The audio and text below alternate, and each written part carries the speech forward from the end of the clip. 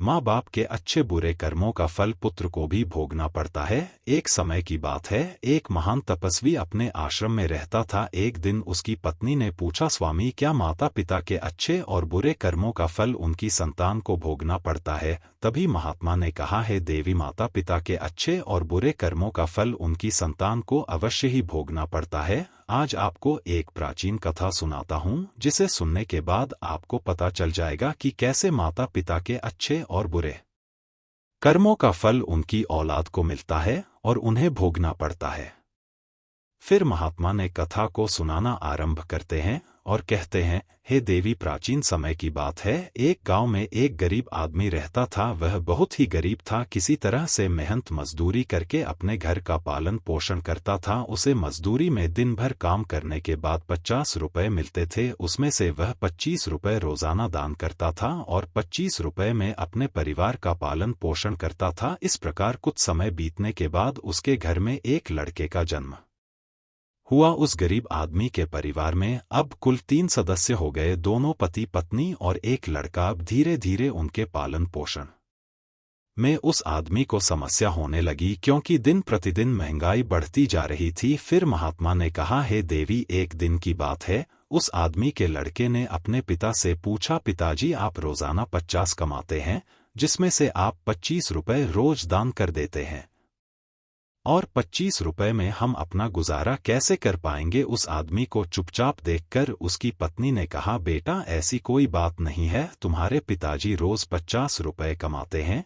और 25 रुपए दान कर देते हैं। ये तुम्हारे लिए ही दान करते हैं, दूसरों के लिए नहीं। लेकिन वह लड़का इस बात को नहीं समझ पाया, क्योंकि वह बहुत ही छोटा था। महात्मा ने कहा, हे देवी, इसी तरह से कुछ समय बीतता गया और उस गरीब आदमी का लड़का धीरे धीरे बड़ा होने लगा और उसकी उम्र 16 वर्ष की हो गई। एक दिन वह आदमी काम करके शाम के समय वापस अपने घर लौट रहा था। तभी रास्ते में एक काला भैंसा आया और आकर उस गरीब आदमी को मारने लगा। उस भैंसे के हमले की वजह से उस आदमी की वहीं पर मृत्यु हो गई। जब उस आदमी की पत्नी और उसके लड़के को पिता की मृत्यु की खबर मिली तो उन्हें बड़ा दुख हुआ। फिर एक दिन उस गरीब आदमी के लड़के ने अपनी माँ से पूछा, माँ, हमारे पिताजी कहाँ चले गए हैं?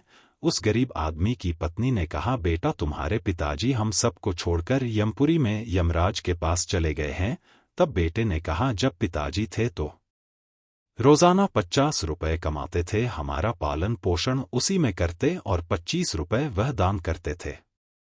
अब हमारा पालन पोषण कैसे होगा, कैसे हमारा पेट भरेगा? फिर माँ ने अपने बेटे से कहा, बेटा, जिस घर में गरीबी होती है उसका कोई सहायक नहीं होता है, उससे सभी दूर भागने लगते हैं, शिवाय भगवान के, क्योंकि वही गरीबों के सहायक होते हैं। फिर बेटे ने अपनी माँ से कहा, माँ, ऐसा मत सोचो, मैं यमराज के पास जाऊंगा और अपने पिताजी को वापस लेकर आऊंगा। हमारी गरीबी देखकर यमराज को हमारे ऊपर अवश्य दया आ जाएगी और वह हमारे पिताजी को मेरे साथ अवश्य भेज देंगे। महात्मा ने कहा, हे देवी, उस छोटे से बच्चे की बात पर उसकी माँ ने ध्यान नहीं दिया। फिर एक दिन की बात है, उस गरीब आदमी की पत्नी अपने लड़के को घर पर अकेला छोड़कर गांव में काम करने के लिए चली गई। उधर उस लड़के ने मन में सोचा कि मैं यमराज के पास जाऊंगा और अपने पिताजी को लेकर आऊंगा। ऐसा सोचकर वह लड़का अपने पिताजी को लाने के लिए अपने घर से चल देता है। उस लड़के को चलते चलते काफी समय बीत गया। फिर उसे थकान का अनुभव हुआ और वह एक बहुत ही विशाल आम के पेड़ को देखकर उसकी छाया में जाकर बैठ गया। तभी उस आम के पेड़ ने मनुष्य की आवाज में कहा, बेटा, तुम कौन हो और कहाँ जा रहे हो? मेरी छाया में आज तक तुम्हारे जैसा कोमल बालक नहीं आया है। फिर उस लड़के ने कहा, मैं एक गरीब आदमी का बेटा हूँ और अपने पिताजी को लाने के लिए यमराज के पास जा रहा हूँ। उस आम के पेड़ ने जब उसकी यह बात सुनी तो उसने कहा, बेटा, तू मेरे लिए भी यमराज से एक प्रश्न पूछ कर आना कि मैं कई वर्षों से यहाँ पर लगा हुआ हूँ, लेकिन मेरा एक भी पत्ता जमीन पर नहीं गिरता है और ना ही मेरी डालियां सूखती है। मैं कितने वर्षों तक और यहाँ पर खड़ा रहूंगा? मैंने अपने पूर्व जन्म में ऐसा कौन सा पाप किया था जिस कारण से मुझे इस योनि से मुक्ति नहीं मिल पा रही है? इसका कौन सा कारण है? तब उस लड़के ने कहा कि ठीक है, मैं यमराज से तुम्हारा यह प्रश्न जरूर पूछकर आऊंगा। महात्मा ने कहा, हे देवी। इतना कहकर वह लड़का वहां से आगे जाता है और चलते चलते रास्ते में उसे एक इच्छाधारी सर्प मिला। उस सर्प को देखकर वह लड़का डर के मारे कांपने लगा और वहां से भागने ही वाला था। तभी वह सर्प मनुष्य की आवाज में बोलने लगा, बेटा तुम मुझसे डरो मत, मुझे इतना बताओ कि तुम कौन हो और कहाँ जा रहे हो। वह लड़का उस सर्प के पास गया और हाथ जोड़कर कहने लगा, हे नागराज, मैं गरीब आदमी का बेटा हूँ क्नॉइस और मैं यमराज के पास अपने पिताजी को लाने के लिए जा रहा हूँ। उस सर्प ने कहा, बेटा तुम यमराज से मेरा एक प्रश्न पूछ कर आना। मैं कई वर्षों से यहाँ पर पड़ा हुआ हूँ, मुझसे अब चला भी नहीं जाता। मेरे शरीर में इतनी भी जान नहीं है कि मैं थोड़ा सा भी चल फिर सकूं। क्नॉइस, मैंने अपने पूर्व जन्म में ऐसा कौन सा पाप किया था जिस कारण से मुझे इस योनि से मुक्ति नहीं मिल पा रही है? इसका कौन सा कारण है? तब उस लड़के ने कहा, ठीक है, मैं यमराज से तुम्हारा यह प्रश्न पूछकर जरूर आऊंगा। महात्मा ने कहा, हे देवी। इतना कहकर वह लड़का आगे चलने लगा। फिर चलते चलते रास्ते में उसे एक किसान मिला। किसान ने कहा, बेटा तुम कौन हो, कहाँ जा रहे हो? देखने में तो तुम बड़े ही सुकुमार और कोमल लग रहे हो। फिर उस लड़के ने कहा, मैं एक गरीब आदमी का बेटा हूँ और मैं यमराज के पास अपने पिताजी को लाने के लिए जा रहा हूँ। फिर उस किसान ने कहा, तुम यमराज से मेरा एक प्रश्न पूछ कर आना। मैं चलते हुए राहगीरों की प्यास बुझाने के लिए कई सालों से यहाँ पर एक बावड़ी खुदवा रहा हूँ, लेकिन इसमें पानी अभी तक नहीं निकला है। मैंने अपने पूर्व जन्म में ऐसा कौन सा पाप किया था जिस कारण से इस बावड़ी में अभी तक पानी नहीं निकला है? मैंने इसमें बहुत सारे पैसे भी खर्च कर दिए हैं, इसका क्या कारण है? उस लड़के ने कहा, ठीक है, मैं यमराज से तुम्हारा यह प्रश्न जरूर पूछ कर आऊंगा। महात्मा ने कहा, हे देवी। इतना कहकर वह लड़का वहां से आगे की ओर चलने लगा। चलते चलते रास्ते में उसे एक बहुत बड़ा तालाब मिला। फिर वह लड़का तालाब के किनारे पर गया और पानी पीने लगा। तभी उस तालाब से तैरती हुई एक बतख आई और कहने लगी, बेटा तुम कौन हो और कहाँ जा रहे हो? तब उस लड़के ने कहा, मैं गरीब आदमी का बेटा हूँ और मैं यमराज के पास अपने पिताजी को लाने के लिए जा रहा हूँ। महात्मा ने कहा, हे देवी। उस लड़के की बात सुनकर उस बतख ने कहा, तुम यमराज से मेरा एक प्रश्न पूछ कर आना। कई वर्षों से मैं इस तालाब में भटक रही हूँ, मेरी 7 पीढ़ियां गुजर गई है, परंतु मैं अभी तक इसी तालाब में रह रही हूँ। मैंने अपने पूर्व जन्म में ऐसा कौन सा पाप किया था जिसके कारण मुझे इस योनि से मुक्ति नहीं मिल पा रही है? इसका क्या कारण है? तब उस लड़के ने कहा, ठीक है, मैं यमराज से तुम्हारा यह प्रश्न अवश्य पूछ कर आऊंगा। क्नॉइस। इतना कहकर वह लड़का वहां से आगे की तरफ बढ़ने लगा और चलते चलते तालाब के दूसरे किनारे पर पहुंच गया। दूसरे किनारे पर जब वह पहुंचा तो उसने देखा कि एक मरा हुआ बगुला वहां पर पड़ा हुआ था। जब वह लड़का उस मरे हुए बगुले को लांघकर आगे जाने लगा तो वह मरा हुआ बगुला कहने लगा, बेटा तुम कौन हो और कहाँ जा रहे हो? उस लड़के ने उसकी आवाज सुनकर कहा कि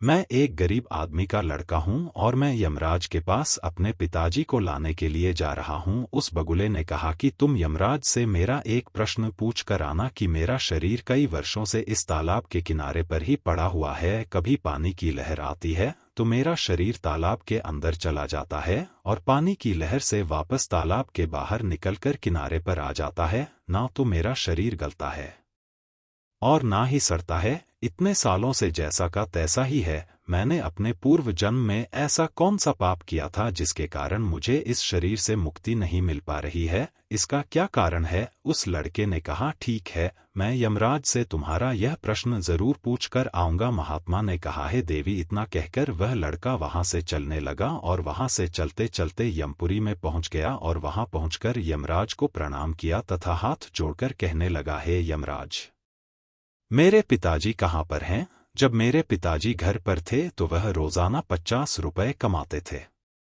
जिसमें से 25 रुपए तो दान कर देते थे और 25 रुपए में से हम लोगों का पालन पोषण करते थे। लेकिन अब मेरे पिताजी घर पर नहीं है तो मैं और मेरी माँ भूखे मर रहे हैं। आप उन्हें जल्दी से मेरे साथ हमारे घर पर भेज दीजिए। महात्मा ने कहा, हे देवी। फिर यमराज ने उस लड़के की बात सुनकर कहा, ठीक है, मैं तुम्हारे पिताजी को घर पर भेज दूंगा, पहले तुम यहाँ पर बैठो। यमराज ने उस लड़के को अपने पास में बिठाया और उसको भोजन कराया। भोजन कराने के बाद पूछा कि तुम्हें और क्या चाहिए। फिर उस लड़के को रास्ते में जो मिले थे उनके प्रश्न यमराज से पूछे। यमराज ने उन सभी के प्रश्नों का उत्तर दिया और कहा कि बेटा तुम जाते समय उन सब को उनके उत्तर बताते जाओ। फिर यमराज ने कहा कि बेटा तुम अपने घर पर जाओ, तुम्हारी माँ तुम्हारा इंतजार कर रही है, तुम्हारे पिताजी तुम्हारे घर पर पहुंच जाएंगे। फिर वह लड़का यमराज को प्रणाम करके वहां से वापस अपने घर के लिए चलने लगा। चलते चलते रास्ते में सबसे पहले उसे वही मरा हुआ बगुला मिला जो तालाब के किनारे पर पड़ा हुआ था। उस लड़के को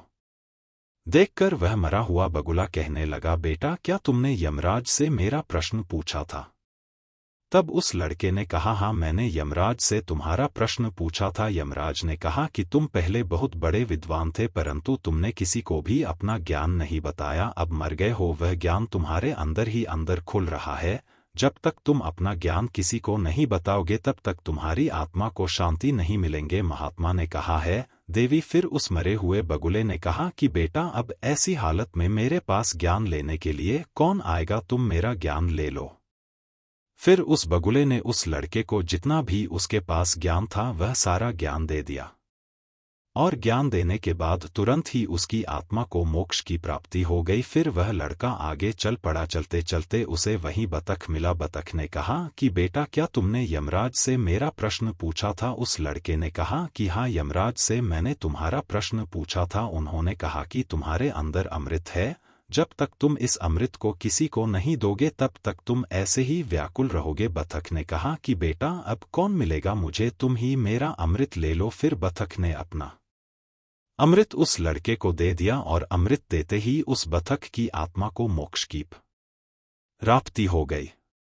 इसी तरह से वह लड़का वहां से आगे बढ़ने लगा। फिर चलते चलते रास्ते में उसे वही किसान मिला जो राहगीरों के लिए बावड़ी खुदवा रहा था। उस किसान ने जैसे ही उस लड़के को देखा तो बड़े प्रेम से वह हाथ जोड़ करके कहने लगा कि बेटा क्या तुमने यमराज से मेरा प्रश्न पूछा था? उस लड़के ने कहा हाँ पूछा था। यमराज ने कहा कि आपके घर में एक जवान कन्या कुंवारी बैठी हुई है, जब तक आप उस लड़की का विवाह नहीं करोगे और कन्यादान नहीं करोगे तब तक बावड़ी में पानी नहीं निकलेगा। पहले जो तुम्हारा कर्म है उसे पूरा करो, जो ईश्वर ने तुमको दायित्व सौंपा है उस पर ध्यान दो। पहले आप कन्यादान करो, उसके बाद इस बावड़ी को खुदवा। फिर उस किसान ने कहा कि मैं अपनी लड़की के लिए लड़का कहाँ ढूंढने के लिए जाऊंगा, तुम मुझे बहुत ही सीधे सादे स्वभाव के दिख रहे हो और सुंदर भी हो, इसलिए बेटा तुम ही मेरी लड़की से विवाह कर लो। महात्मा ने कहा है देवी। फिर उस किसान ने अपनी लड़की का विवाह उस लड़के के साथ कर दिया। किसान ने अपनी लड़की को बहुत सारा धन देकर विदा कर दिया। फिर वह लड़का आगे बढ़ा। चलते चलते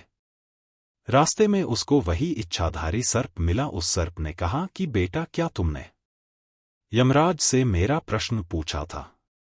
तब उस लड़के ने कहा कि हाँ पूछा था। यमराज ने कहा कि तुम्हारे पास जो नागमणि है तुम उस नागमणि को धरती पर उगलते हो और न कभी किसी को दान दिया है।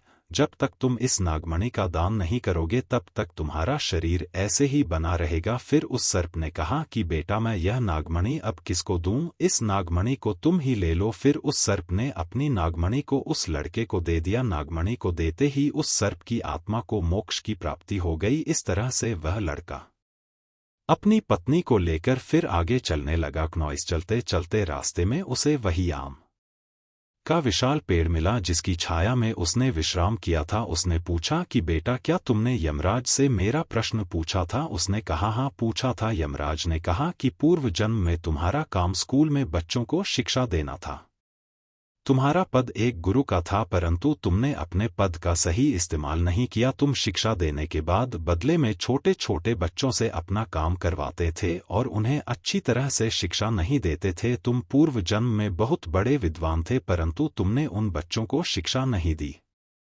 उन्हीं बच्चों के श्राप के कारण तुम हिलडुल नहीं सकते। तुम्हारे अंदर जो ज्ञान भरा हुआ है उसे किसी को दे दो, इसके बाद ही तुम्हें मोक्ष की प्राप्ति होगी। महात्मा ने कहा है देवी। उस लड़के की बात सुनकर उस आम के पेड़ ने कहा कि मैं यह ज्ञान किसे दूंगा, तुम ही ले लो। फिर उस आम के पेड़ ने उस लड़के को अपना जितना भी उसके पास ज्ञान था सब दे दिया। जैसे ही आम के पेड़ ने उस लड़के को अपना ज्ञान दिया तो उसकी भी आत्मा को शांति मिल गई और वह उस पेड़ की योनि से मुक्त हो गया। वह लड़का अपनी पत्नी के साथ चलते चलते अपने घर पहुंच गया।